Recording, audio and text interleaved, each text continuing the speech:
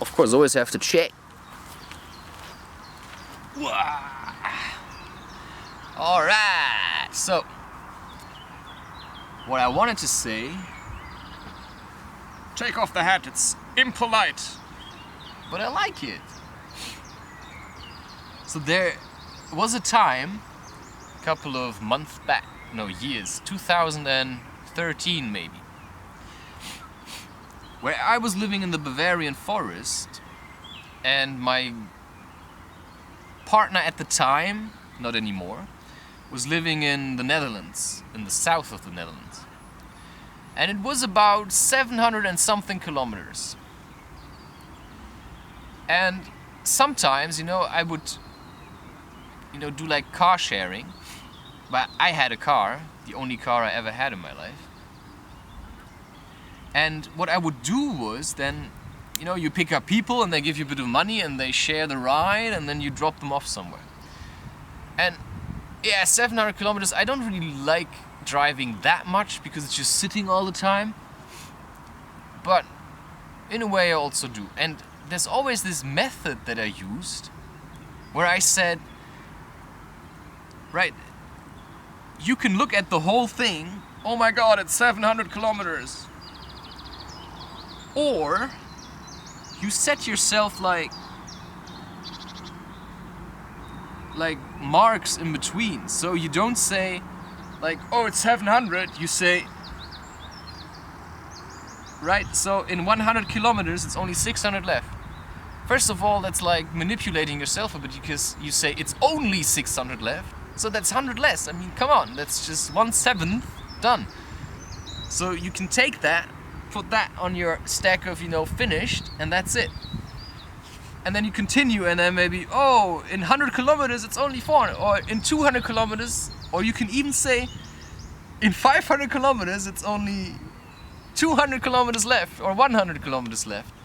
And that's just gives you a way more positive attitude towards the stuff that you have to do, and that makes it much easier to reach your goals. And of course, it depends also on the job that you're doing. So let's say, like for my example, you want to,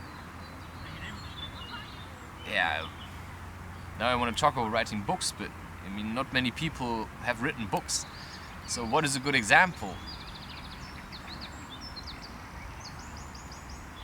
I mean, see, now it's really hard, but you probably have to look at your own life. What would be a good example for you? Well, you could have applied that, but maybe didn't. It's maybe when you're writing a dissertation, or you're reading a book, and maybe it's a drag, but you're reading it because you want to learn something. So in a way you have to force yourself to read that book, because there's a message and you need to have the complete book,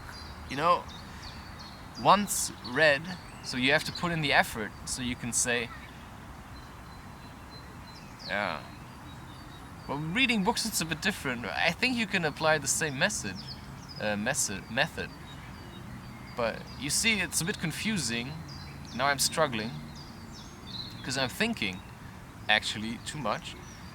And I think the method is already clear, right? I mean, you have to go somewhere and you just set yourself a goal. It's like, for me, 177 videos. I say to myself, that's the goal that I want to reach. And I didn't set a specific time or date, I just knew. First I thought the 2nd of May, but then I realized that's a bit too, that's crazy. So extended a bit. And then I extended it until the 5th of May. And that's also a date that I like because, 5 is truth. Like truth, and also I've been talking a lot, so it's the throat chakra. And of course, that also helps heal that. If you speak truth, so if you speak honestly, if you say what you feel, that's speaking truth. I feel shit right now. I hate you. I'm disappointed in what you did. That's speaking truth. But often we don't do that, so we keep it inside of us because we have learned that as soon as we say something to someone, for example, could you talk a bit less maybe because right now I'm feeling a bit exhausted. You say that to someone and the other person gets pissed because, they cannot fulfill their needs, and it just shows you that They don't give a shit how you feel about it, you know, it's just selfish. It's like a husband wanting to have sex with the wife, although the wife doesn't feel like it, but he just pressures her until she kind of gives in, and of course that can also work the other way around. So you should be okay to say no to sex in a relationship. But of course, if you say that always, then there's something that you should talk about. Like, why don't we have sex anymore? Like, what is missing, right? And then you work towards figuring that out. Well, I'm not so attracted to you anymore because you gained so much weight. Absolutely understandable. You know, I couldn't be with a woman who's obese. That's just how it is. Not even chubby. I'm very strict on that. I don't find that attractive at all. So for me, I probably would stop sleeping with her. And that seems a bit like materialistic, but yeah, in a way it is. But that's also just, you know, I want a woman that also takes care of herself and that just doesn't eat until she's fat. So it doesn't mean she always has to eat like, you know, just a few peas or something. No, it just means that she has to watch her weight. So if I realize I'm gaining weight, then I change something in my diet.